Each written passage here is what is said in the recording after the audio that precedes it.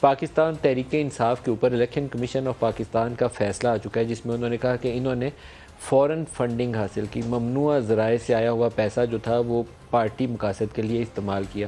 ممنوعہ مقاصد کی تشریح جو پولیٹیکل پارٹیز کا ایکٹ ہے اس کی آرٹیکل 6 اور سب کلاس 3 کے اندر بڑی کلیئرلی ڈیفائن کی گئی ہے۔ فورن نیشنل بھی شامل ہیں، فورن کمپنیز بھی شامل ہیں، ایون ڈومیسٹک کمپنیز بھی شامل ہیں۔ اگر وہ فنڈ کرتی ہیں تو ممنوعہ فنڈنگ ہے، ایک حصہ فورن فنڈنگ والا، دوسرا ڈومیسٹک والا، ممنوعہ میں دونوں چیزیں آ جاتی ہیں۔ تو پاکستان تحریک انصاف کے کیس میں 34 فورن انڈیویجولز اور 351 کمپنیز کو آئیڈینٹیفائی کیا گیا۔ پاکستان تحریک انصاف اس کے اوپر سوشل میڈیا کے اوپر فی الحال میم بنا کے تو مزہ لگا رہی ہے کہ وہ ایک خاتون ہے شیٹی، وہ کسی پاکستانی کی بیوی ہے، یا ایک فلانا شخص ہے تو وہ ڈیول نیشنل ہے اور اس کی بیوی انڈین نیشنل ہے۔ اس مزے سے یا اس مزاح سے آگے نکل کے انہیں اپنا کیس سنجیدگی کے ساتھ تیار کرنا چاہیے، کیونکہ یہ معاملہ اب سپریم کورٹ کے سامنے جانا ہے۔ فیڈرل گورنمنٹ کی جو انٹینٹ نظر آتی ہے پی ڈی ایم کی، وہ یہ نظر آتی ہے کہ اس کے اوپر ڈیکلیریشن فائل کریں اور سپریم کورٹ کے سامنے معاملہ آئے۔ تو اس کو پاناما کی طرح جیسے وہ غیر سنجیدہ طریقہ ہے وہ نہیں لینا چاہیے، سنجیدگی سے اپنے کیس کو فائٹ کریں، تیاری کریں اس کی، کیونکہ ممنوعہ ذرائع سے حاصل جو فنڈز ہیں اس کے اوپر دو امپلیکیشنز ہیں، فنڈز کانفسکیٹ ہو جانا، اور اگر فورن فنڈڈ پارٹی ہو تو اس کے اوپر بھی ایک امپلیکیشن ہے، وہ ہے پارٹی کا ڈی نوٹیفائی ہو جانا۔ عام طور پر اگر ایز اے جرنلسٹ میرے سے کوئی رائے پوچھے، وہ یقیناً قانون اس سے بالا تر ہے، میری رائے اس کے اوپر وزنی نہیں ہو سکتی، لیکن میری رائے میں کسی سیاسی جماعت کو اس بنا کے اوپر بین نہیں کرنا چاہیے، ڈی نوٹیفائی بھی نہیں کرنا چاہیے، اور کسی پولیٹیکل لیڈر کو اس بنا کے اوپر 62(1)(f) کے ذریعے تاحیات نہل بھی نہیں کر دینا چاہیے۔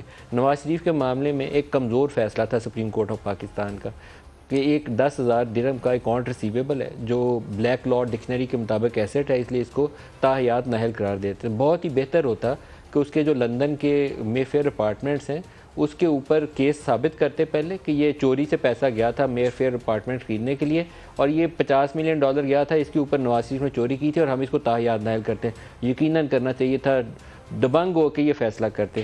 عمران خان کے اوپر بھی اس وقت تلوار وہی لٹک رہی ہے، تو ایک اصول وضع کرنا پڑے گا کہ کیا سیاسی لیڈرز کو اسی طریقے سے نااہل کرنا ہے یا کوئی اور مناسب طریقہ ہو سکتا ہے، اور قانون کہتا کیا ہے، کیا قانون میں گنجائش بھی ہے یا صرف سیاست ہو رہی ہے۔ 3 بیانات ہمارے سامنے کافی بڑے ہیں۔ ایک نواز شریف کا سٹیٹمنٹ ہے اس مسئلے کے اوپر، پروگرام کا آغاز اسی سے کرتے ہیں، دکھائیے گا کیا کہا انہوں نے۔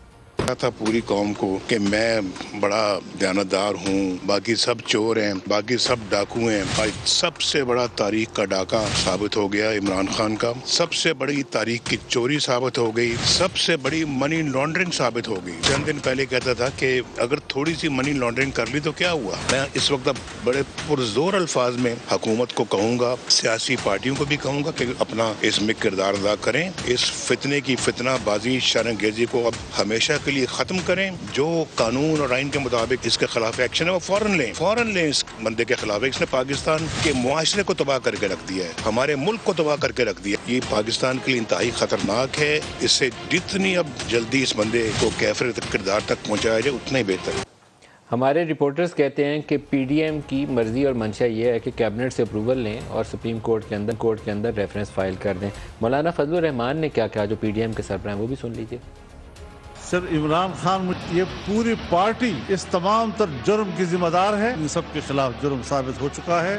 تمام سیاسی جماعتیں اس بات پر متفق ہیں اور اپنی حکومت سے یہ کہہ رہی ہیں، ان کو مشورہ دے رہی ہیں کہ فوری طور پر ان کے خلاف اب کارروائی کی جائے۔ عمران خان خود ہوں یا ڈاکٹر عارف علوی ہوں، ان کو تو فوری طور پر استعفیٰ دے دینا چاہیے اپنے پارٹی کے عہدے سے بھی اور ملک کی صدارت سے بھی، کیونکہ اب یہ مجرم ثابت ہو چکے ہیں۔ پی ٹی آئی کے عہدیداران، اب ان کی گرفتاریاں عمل میں لائی جانی چاہیے فوری طور پر۔ اس قسم کے جرائم پیشہ طبقوں کو ملک کی سیاست سے اکھاڑ باہر پھینکے۔ پی ٹی آئی کا رد عمل اور حکومت کا ممکنہ رسپانڈ، وزیر داخلہ اس کے اوپر کیا کہتے ہیں؟ کل پی ٹی آئی نے الیکشن کمیشن آفس کے سامنے پروٹیسٹ کا اعلان کیا ہے۔ عمران خان صاحب کا اپنا سٹیٹمنٹ بھی ہے۔